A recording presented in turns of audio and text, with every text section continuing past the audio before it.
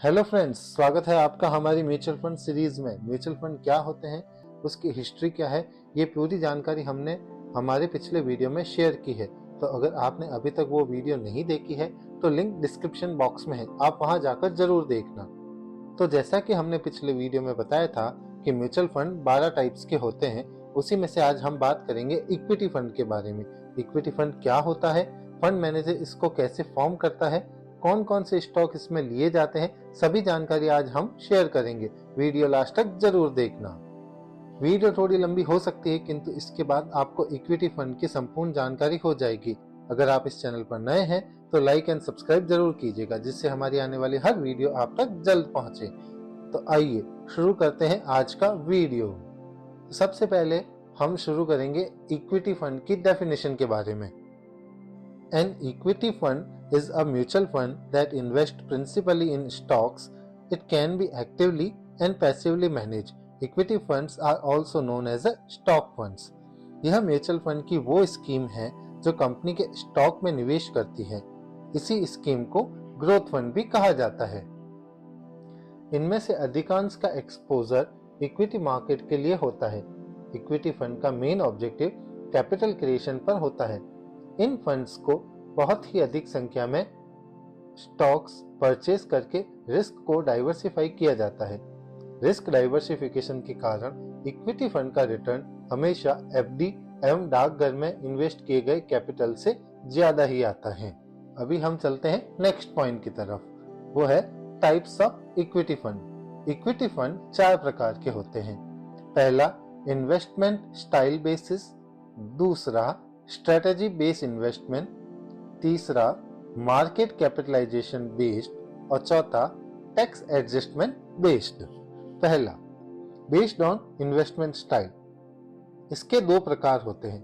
पहला active fund, दूसरा passive fund. Active fund. Active fund to invest in this fund, manager market की research करता है एवं कंपनी की परफॉर्मेंस को एनालाइज करके म्यूचुअल फंड में ऐड करता है। दूसरा, पैसिव फंड। इस प्रकार के फंड्स में फंड मैनेजर सेंसेक्स एवं निफ्टी को रिफ्लेक्ट करने वाला पोर्टफोलियो बनाते हैं। एक्टिव फंड में फंड मैनेजर क्या करता है कि जितने भी शेयर्स और कंपनी मार्केट में लिस्ट है उनकी पूरी एनालिसिस करता है, हर कंपनी की डिटेल्ड रिसर्च करता है, उसके बाद ही वह उस शेयर को अपने पोर्टफोलियो में ऐड करता है। पैसिव फंड में वह सेंसेक्स एवं निफ्टी को बेस मानकर उसके अनुसार ही स्टॉक्स को अपने पोर्टफोलियो में ऐड करता है। तो आशा करता हूं एक्टिव और पैसिव फंड की जानकारी अब आपको हो गई होगी। इन्वेस्टमेंट बेस्ड ऑन स्ट्रेटेजी, उसमें आता है थीम एंड सेक्टोरल फंड। इस प्रकार के फंड एक पर्टिकुलर सेक्टर जैसे आईटी, बैंकिंग, फार्मा जैसे क्षेत्रों में इन्वेस्ट करते हैं, और थीम इन्वेस्टमेंट जैसे emerging market, investment in international market, उस प्रकार से निवेश करते हैं। दूसरा, फोकस्ड इक्विटी फंड। इस प्रकार के फंड्स में फंड मैनेजर 1, 30, 40 या 50 स्टॉक्स का पूल क्रिएट करता है एवं उसी में निवेश करता है। थर्ड आता है कॉन्ट्रा इक्विटी फंड। ये ऐसे फंड होते हैं जिसमें फंड मैनेजर कॉन्ट्रेरियन अप्रोच यानी विपरीत दृष्टिकोण रखकर फंड को क्रिएट करता है। जैसे कोई स्टॉक अंडरवैल्यूड है तो उस पर एजम्पशन लेकर लॉन्ग रन के लिए निवेश करता है। आशा करता हूं अभी तक जो भी जानकारी आपको मिली है वो आपको अच्छे से समझ में आ गई होगी। अगर आपने हमारे चैनल को अभी तक सब्सक्राइब नहीं किया है तो जल्दी कीजिए, जिससे इस सीरीज की आने वाली हर वीडियो आप तक जल्द पहुंचे एवं यह वीडियो आप अपने फ्रेंड्स एवं फैमिली को भी शेयर कीजिए जिसे शेयर मार्केट में रुचि होती है। नेक्स्ट आता है बेस्ड ऑन मार्केट कैपिटलाइजेशन। इसमें सबसे पहला फंड आता है लार्ज कैप फंड। तो जिन कंपनी का मार्केट कैपिटलाइजेशन 20,000 करोड़ या उससे ज्यादा का होता है वो कंपनीज इस सेक्शन में आती है। Fund managers large cap companies में इन्वेस्ट करके इस फंड को फॉर्म करते हैं। दूसरा आता है मिड कैप फंड। जिस कंपनी का मार्केट कैप 5,000 करोड़ से 20,000 करोड़ के बीच में रहता है, वो कंपनीज इस पूल में आती है। फंड मैनेजर ऐसी कंपनीज का पूल बनाकर फंड क्रिएट करता है।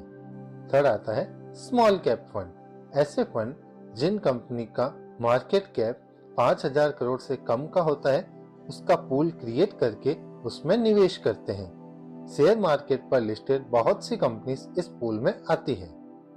चौथा है multi cap funds. Large, mid और स्मॉल कैप कंपनीज को साथ लेकर इस फंड को फॉर्म किया जाता है। लास्ट आता है based on tax treatment. Equity linked saving scheme यानी कि ELSS। यह स्कीम भी म्यूचुअल फंड स्कीम जैसी ही है, किंतु पोर्टफोलियो का 80% इन्वेस्टमेंट इक्विटी और इक्विटी रिलेटेड इंस्ट्रूमेंट में होता है। इस फंड का सबसे बड़ा एडवांटेज यह है कि इन्वेस्टर को 80C के अंतर्गत 1,50,000 तक की छूट मिल जाती है। दूसरा है non tax saving equity fund. सभी इक्विटी फंड जो ELSS श्रेणी में नहीं आते हैं, वो सभी नॉन टैक्स सेविंग फंड में आते हैं।